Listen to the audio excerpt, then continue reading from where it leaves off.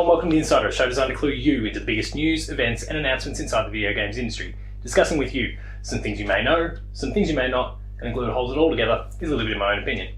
My name is Paul James, thank you very much for watching, and let's get for the episode. No, I can't walk on the path of the right, 'cause I'm wrong. So we've now been through the 2019 previews for both Nintendo and Xbox, and that leaves us finally with PlayStation. They've had a big year in 2018, they've got a big year ahead, and potentially the next few years ahead, and we're going to talk about all that we expect from PlayStation, the bakers of the PlayStation 4, and plenty of awesome games, beginning next.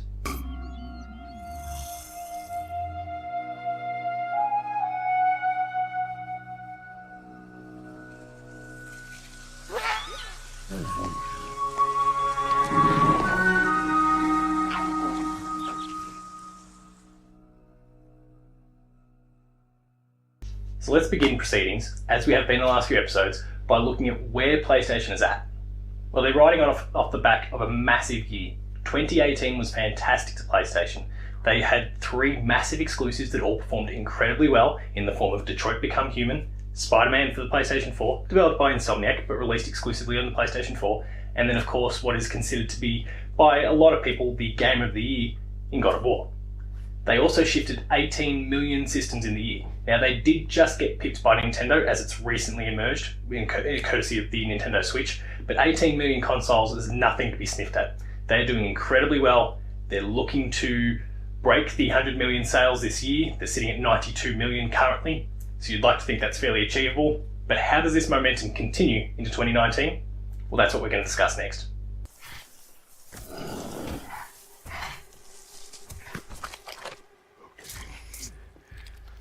Back up. Nice and slow. Don't make a sound.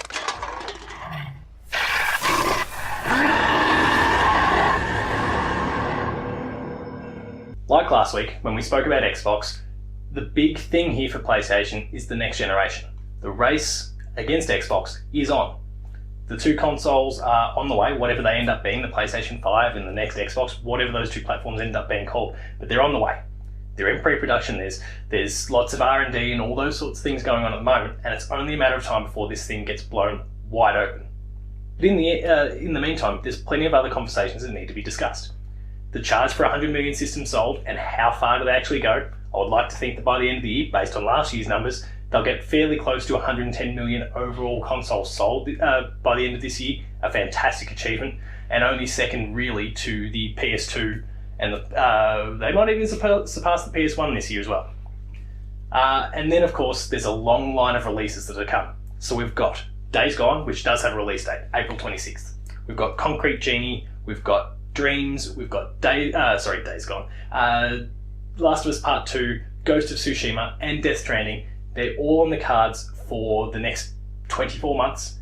And what we're going to begin to discuss next is the path ahead and where do some of these games and big announcements all begin to fit in. That starts next. All you gotta do to make it out alive is not get eaten. Sound like fun? Of course it does.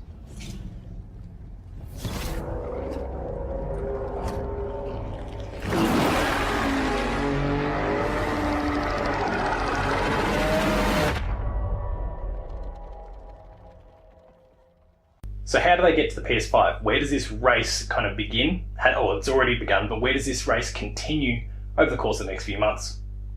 Well, PlayStation has already made some big steps in terms of fixing up some of the initiatives and problems that people had with the whole PlayStation architecture over the course of really the last decade. PlayStation name changes have been fixed. Now they're calling it, it's still a beta and it's still in the works, and there's lots of weird little wrinkles with that will and won't affect certain games. But overall, things are boding really well in that space. PlayStation Now is finally starting to roll out in other regions around the world, as evidenced by some news. Some European countries got the service this week, and hopefully Australia and other regions begin to get that soon. But that's all been boosted by the fact that downloads are now a thing there. So it's starting to fit that Game Pass sort of mold. And of course there's crossplay, which was heavily demanded throughout the course of the year thanks to Fortnite and Rocket League and those sort of things. And those 2 are the first 2 games to kick off their beta program for that. You can expect to see that continue as well. What they're going to look to do over the course of this year is consolidate each of those, develop them, get them kind of cherry ripe and ready for the next generation, whilst lock down some release dates for some big games, presumably PS4 and maybe even one or two that are PS5, over the course of this year to get their ducks in a row, have themselves set. There's a clear plan that will lead into 2020, 2021, whenever that console ultimately comes out. And then there's the no E3 factor. That's a really interesting one, and it might have a heavy impact on how PlayStation delivers its news over the course of the year. What we've actually seen in recent years is that God of War's announcement wasn't an E3, like the release date announcement. It wasn't at an E3, nor was Spider-Man, nor was Detroit. All these sort of things, they're happening, they're blog posts. Same with Days Gone, they're blog posts. They're not big, we need to get on a stage and show you what this game is and then drop that sneaky release date in on the end. I think they're still prepared to do that every now and then.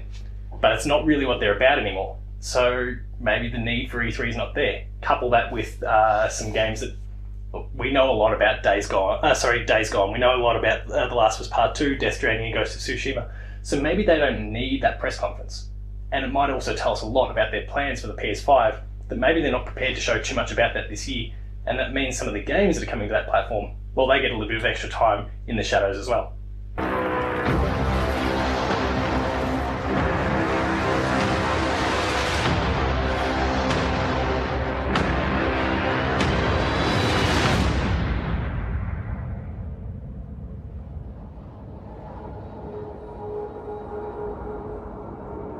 So time for some predictions, and these are just my predictions here.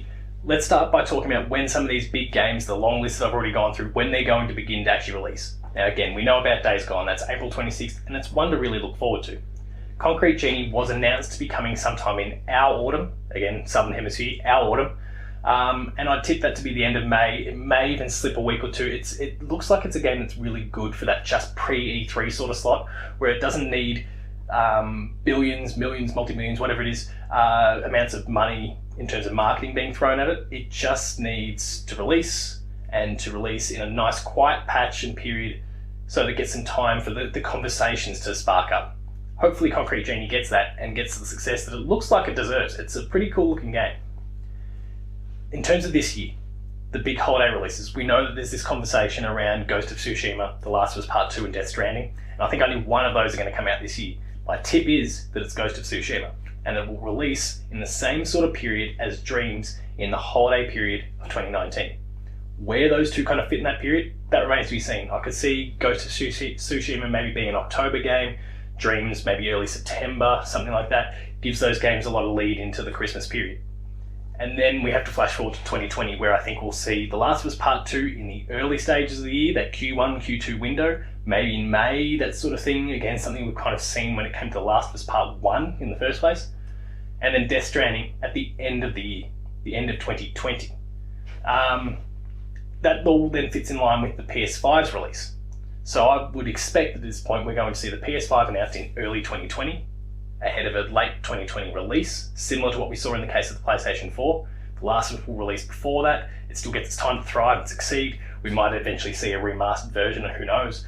But the Death Stranding will in fact be a cross-generational game. Similar to what we've seen in the case of Metal Gear Solid 5, which was Kojima's last game. It straddled both console generations. I wouldn't rule out the possibility that we see the same thing occurring here for Death Stranding. And then on top of that, that's when we'll start to get some other announcements.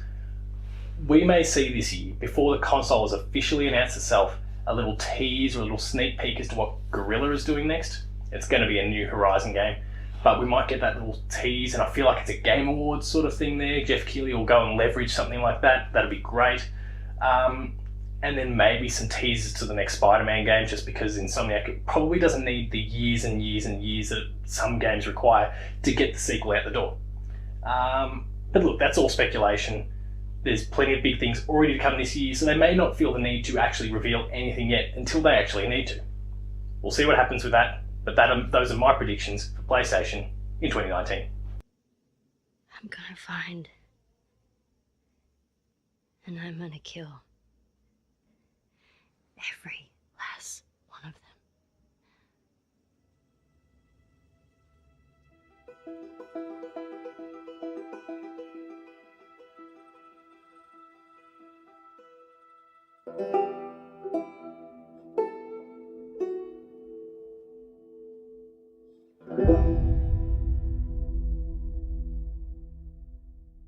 that concludes this episode of The Insider. I hope you enjoyed it. If you did, please consider liking, sharing, and subscribing. All those buttons are down below here, and hit that notification bell. That way you're alerted to every new video the moment it goes live on the channel. That includes Patched, The Insider, Player 2 Plays, Late Game Review, Gamer School, and a whole bunch more.